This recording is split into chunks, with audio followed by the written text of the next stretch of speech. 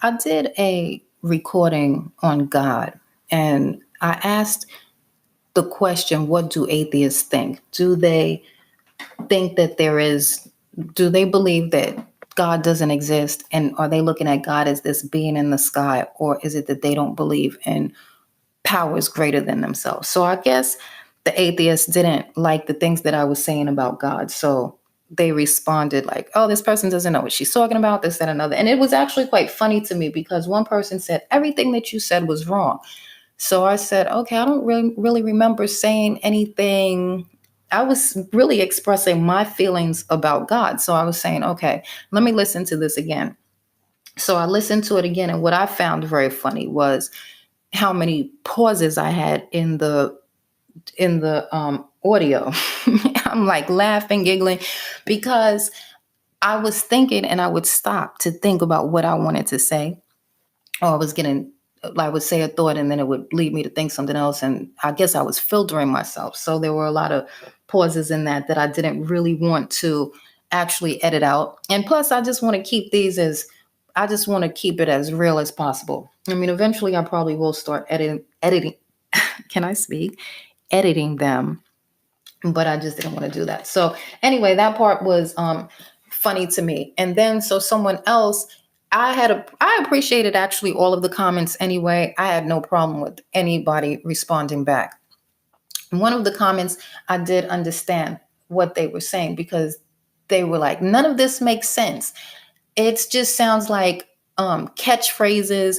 And yes, for people that don't practice spirituality, like the spiritual laws of nature, what I was saying could sound confusing because I was saying things like a greater force. What else was I saying? And natural laws. So they really don't know what those things are. And that's why it wasn't making sense to them. How do you see God every day was one of the questions. So it made me think, okay, when I do speak about God, let me be a little bit more clear. I'm not going to give a definition because I think that the power of God is just too grand to even give it a definition. When I think of God and how I work with the laws, is I think of it as a mind science. So when I read the Bible or the Quran, Torah, whatever I decide to read, the Gita, I don't look at it as, okay, Jesus, God, man, Krishna, God, man. No, it's a spirit, and it's a spirit inside of you. So, and when you really read the Bible, I'm a little more familiar with the Bible than all of them. You can see where it is a mind science, but you have to understand that first. You have to understand that. And the way that you really get to understand it is once you apply the laws. But you have to start off, number one, accepting that there is a power that's greater than you. And that's what I think gets a lot of people in trouble in this life. One person left a comment saying something like, oh, well, when you are struggling, you just go to someone else and other people will help you through the struggle. So I was like, oh, that's interesting because I don't feel that that's the case with many things. There are certain things that you can't go to for people to help you out of. It's just not going to work. You know, they can't help you get out of a certain situation. There are certain things that you have to work out on your own, that you have to understand what it is that what's really happening with you.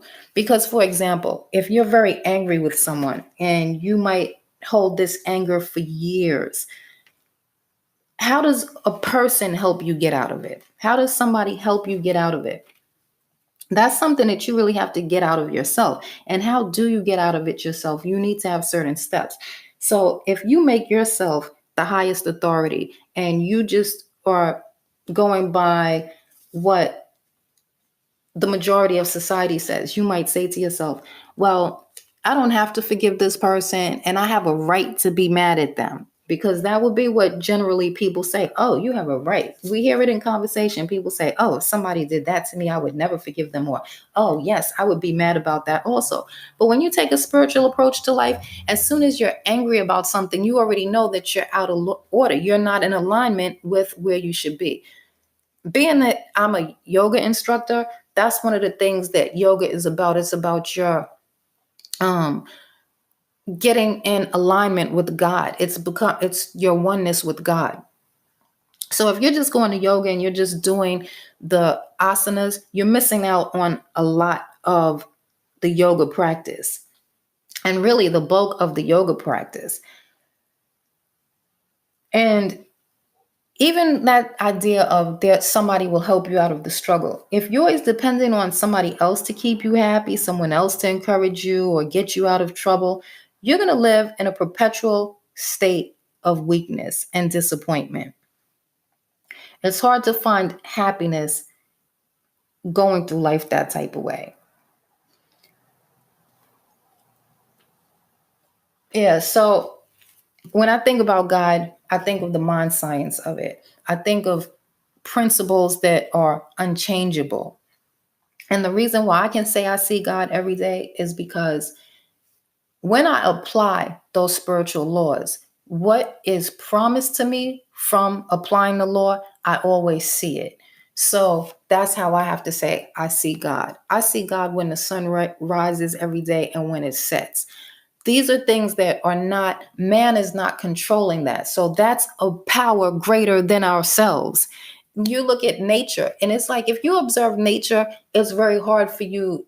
Well, I guess it could be easy for certain people to still say there's not a God, but how do you go through life explaining that? And that's what I'm saying. God, for me, I can't just only leave it to, oh, well, they're just spiritual principles. No, it's something greater than us, and it's something greater than us that governs us. But I don't mean governs us in a way like, okay, well, since you did this wrong, oh, this is just going to happen. Like you don't, and maybe this is why man always wants to play God in certain situations, deciding when. See, in one sense, I feel like we don't give life, and we shouldn't take life. Like I guess we do take people's life every day. Not we, but it's done. So that's not really a good example. I mean, what I wanted to say with that, I need to have that a little bit more organized. I don't want to do the and think while I'm on here. So I'll just pass by that part of what I was going to say about giving life and taking life. But at the end of the day, there is a power greater than us. And if you want to deny that power, that's almost like just denying the truth. And that's another thing. Another way that I define God is truth. What is the truth? Okay, is this the truth of the matter?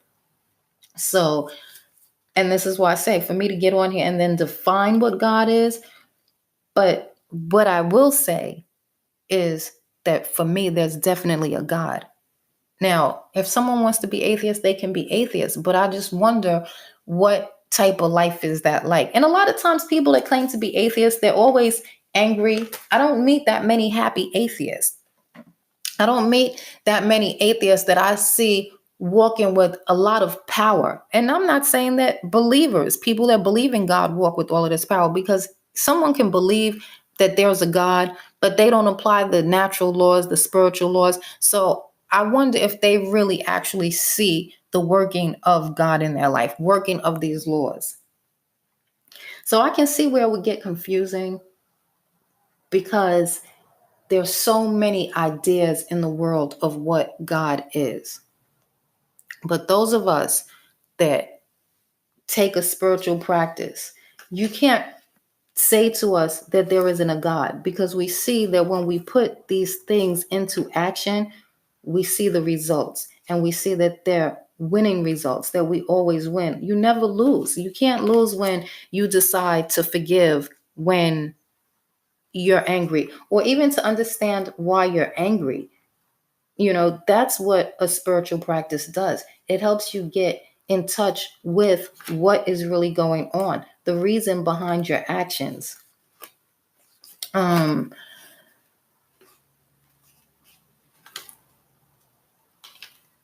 yeah.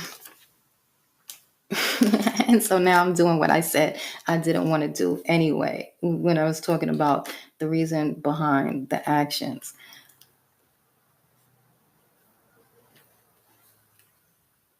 Yeah, it's just like spirituality, it's not really separate from what we do every day. It's about behavior modification.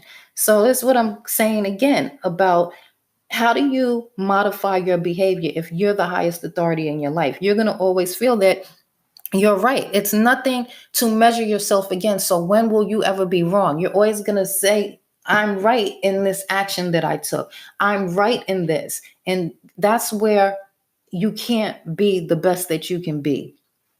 And this is not about religion. It's not about following a leader. It's about following a message. Like who's giving you a message and your intuition. All of these things tie into walking with God.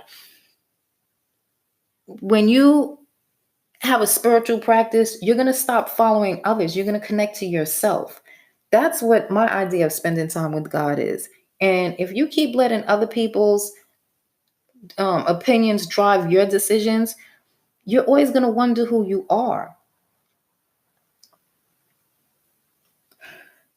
It's like relying on the group consensus. You're driven by society. So you're not even driven by really what you're supposed to do. And that is how many people live. That's why so many people can get rich, because they drive you to want something that you don't even really need, but because society's telling you that you need it. You know how many people in Hollywood are changing their looks because they feel that that's what they have to do to get the job. And then people will confirm it. They'll say, yeah, but they do have to because they did start getting more money. And to me, that's a very dangerous game right there. So it's like when so many people don't even like the way they look because they're going on the general consensus. You have women out here that are altering their bodies, getting more butt, more breast because they feel that's what men want, okay, or what is going to make them look more attractive. And this is where we go with things. So that's what I think led me to recording what I recorded yesterday, thinking about that, just thinking like, how do atheists really get through problems? And it wasn't even really to criticize or jab them. It was really me just wondering, like, what is life like for you like that? I remember at one point when I was a little kid, like 13 or something, and I was saying, oh, I'm atheist. And my cousin was like, you better not let Ma hear that, talking about our grandmother. And I was like, why? But see, some people are with it like that. Like, oh, don't you dare say that there's not a God. If my kid ever came to me and said, oh, I don't believe in God, I would say, really? Okay. I hope that he wouldn't, but you got to find it, just as I had to find it at one point. But then you start seeing things. And when you start applying certain things to life, then you do see, wow, there really is a system. And that's one of the words I think I used in the other discussion, that there is a system that is a winning system. So the person leaving a comment had a problem with that. What do you mean a winning system? Yeah, the winning system is you apply the natural laws, you apply the law of forgiveness, you apply the law of least effort, you apply the law, faith. What is faith? All of that. So that's why I say people going to church are not necessarily, I'm not even on that. It's not a thing of whether you call yourself a believer, whether you call yourself an atheist. I just wanted to know, what do atheists really believe? Do they deny God because they're looking at God as this thing in the sky? Because I feel like religion can definitely have you feeling like you're atheist. And that's why I claim to be atheist, because the things that I was being taught about God, going to religious schools, really didn't make sense. And so I was that type of kid that I used to try to test everything. I remember as a kid, people would say, oh, if you say Bloody Mary in the mirror 10 or 15 times, she's going to, in the dark with a candle, the face will appear before you. So kids would be all scared to do it. So me, I was like, I want to see this happen. Because I was never a kid to believe in Santa Claus or to believe in the fairy godmother or the Easter bunny, things like that. Never, ever did I believe it, because it just sounded stupid to me. And I guess that's how maybe some people feel when you talk about God, that you just sound stupid talking about it. But like I said, I see God every day. But again, you're going to find what you seek. And you're also going to, again, it's a system. So if you don't apply the system, you're not going to see it and you're not going to understand. And that's just what it is. And I'm not here to convince people that it's a God. But what I am on here to do is to always give some type of positive message, some type of message of encouragement to help you be the best that you can be. So that's probably why I started talking about God also, because for me, I was able to become better by taking on a spiritual practice. It helped me recognize certain things more. So when I'm angry, what am I really angry at? What is the emotion under the anger? And that's the thing. A lot of people don't know how to get to the emotions under their anger, the emotions under their sadness. Like, what is causing it? And then thought control. If you refuse to, and see, that's what a lot of the natural laws do. They make you have to look at your thoughts, because to tell somebody, okay, don't let the sun go down on your anger, sometimes you think that someone's going to just be like, oh, okay, well, that's true, so now I'm not going to be angry. No, you're going to try to not be angry, and you're going to find yourself still angry. Then you're going to try not to be angry, still find yourself angry. And then you're going to recognize your thoughts a little bit more. And once you keep pushing that, like, I'm not going to be angry, I'm not going to be angry, I'm not going to be angry, it starts to unfold for you why you were angry, or what it was touching on you that made you angry. So, and it's not just telling yourself, I'm not going to be angry. You actually have work to do after that, because sometimes it might take you, for example, with me, when I was angry with, so I'm going to just say someone, because I'm not going to throw people's business out there, but I was angry with someone. And I was telling myself, no, I wasn't angry. I understood where they were coming from. I could understand that. But I was still angry, because I still would get upset thinking about things. So with certain things, I was playing over in my head and playing over in my head. And I had to realize, okay, I have to let that go. I have to let that go. But if I didn't have the goal to not be angry, I would have never been able to see that. And I would have never even been able to see where I was still reacting in a way that wasn't positive for me. And that's the whole key. You want to be able to eliminate what doesn't serve you, eliminate the negative emotions, and build up positive ones. And that's it. Not to deny that you have negative emotions, not to think that you never will have negative emotions, but just to know you can free yourself of it. What is not serving me? What is the intention behind my actions? So that's what God does for me. And I didn't even want this podcast to even go on really about God again. I was going to jump into something else, but there it is. So if you made it through, thanks for listening. Take it in and win.